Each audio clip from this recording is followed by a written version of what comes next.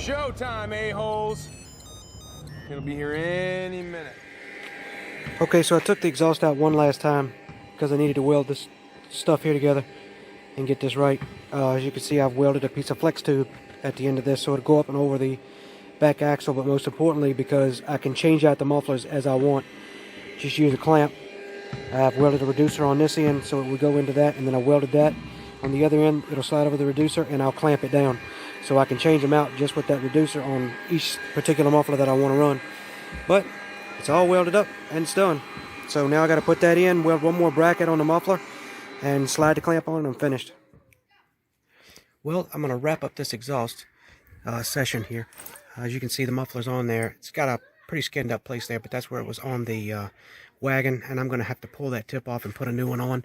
But there's the clamp going to the flex tube.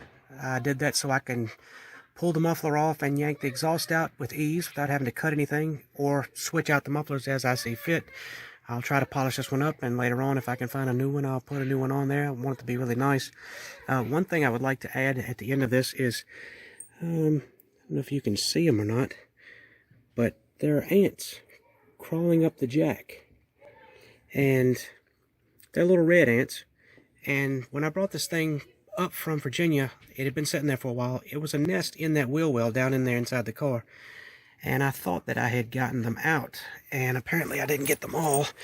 And I went ahead and I found that they were moving around inside the car, and if you look, they're crawling through here, and they're coming through under my carpet all the way to the front, and they're down inside the front here. So what I'm going to end up having to do, I'm going to have to yank all this interior out, take out the seats, which I wanted to woolite and steam clean those anyway, and clean the floors. You can see there's a couple of brown spots in it, so I was going to take that out and steam it anyway.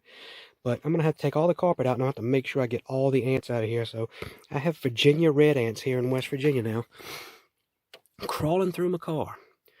All the gas stuff is done. That plate's just sitting there. I was kind of messing around with some stuff because it wasn't idling properly. I did get it started the other day, and it ran for like 2 or 3 minutes, and then it kind of choked out. I'm going to replace the plugs, and I have new injectors, and I'm going to try to dial in the idling, adjust the throttle body a little bit since I'm running a J9 box. But I'll show you all that later. But the exhaust is done. It's run all the way through, and now I just got to deal with the ants.